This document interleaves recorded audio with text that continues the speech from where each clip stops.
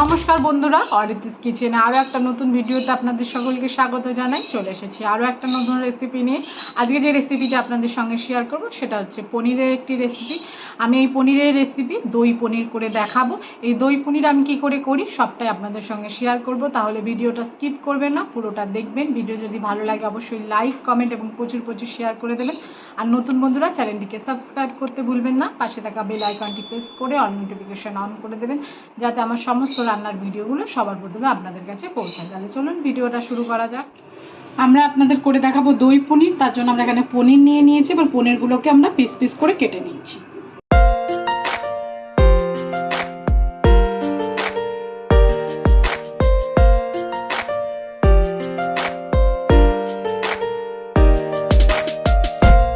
পনির এদিকে চৌকো চৌকো করে কেটে নিয়েছি। এবার পনির করার জন্য আমরা মশলা বানিয়ে নেব।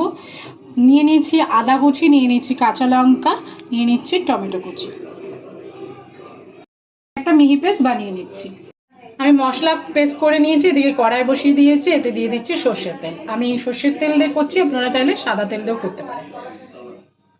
তেল আমাদের গরম হয়ে গেছে। এই তেলে আমরা ফোড়ন দিয়ে দিচ্ছি তেজপাতা, এলাচ, দারচিনি।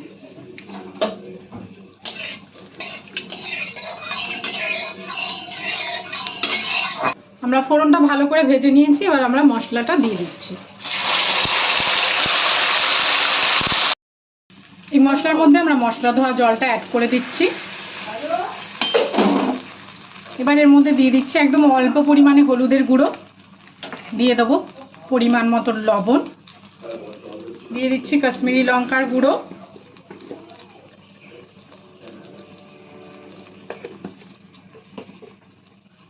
দিয়ে দিচ্ছি হাফ চামচ মতন জিরের গুঁড়ো, দিয়ে মশলাটাকে ভালো করে কষিয়ে নিতে হবে।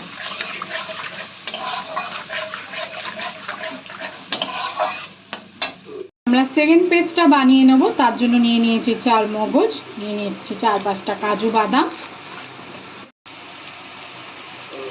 দিয়ে দিচ্ছি পরিমাণ মতন টক দই।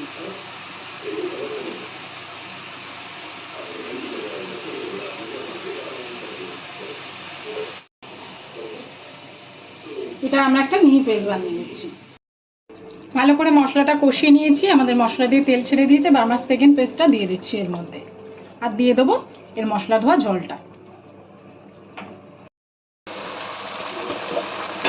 এর মধ্যে দিয়ে দিচ্ছি মশলা ধোয়া জলটা, দিয়ে ভালো করে কষিয়ে নিতে হবে।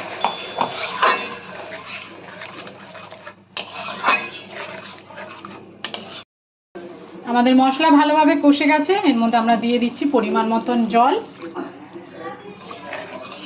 আমরা যতক্ষণ ঝোল ফুটছে ততক্ষণ পনিরটার মধ্যে আমরা একটু লবণ মাখিয়ে নিচ্ছি, যেহেতু আমরা পনিরটা ভাজিনি।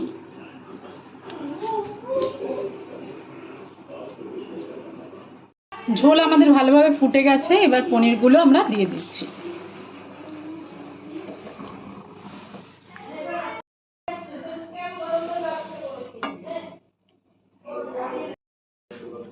ভালো করে পনিরগুলোকে ঝোলের সাথে মিশিয়ে নিতে হবে। এবার লো টু মিডিয়াম আঁচে ভালো করে ফুটিয়ে নিতে হবে।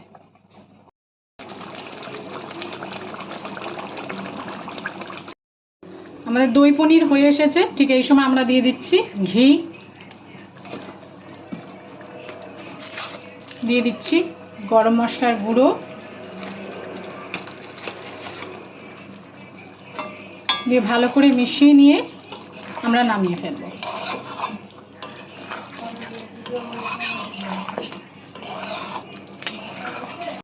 দিয়ে দিচ্ছি অল্প পরিমাণে মিষ্টি।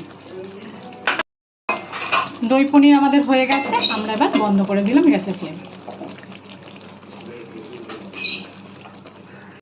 এবার আমরা এটাকে নামিয়ে ফেলছি।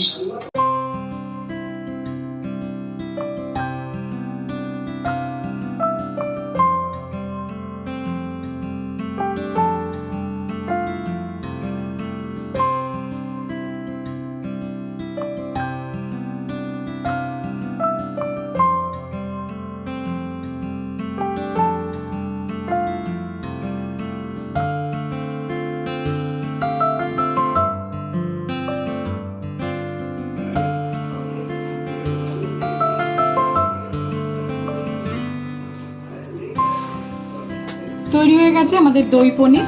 ভিডিওটা সম্পূর্ণ দেখার জন্য সকলকে জানাই ধন্যবাদ। সবাই ভালো থাকবেন, সুস্থ থাকবেন, দেখা হবে পরের ভিডিওতে।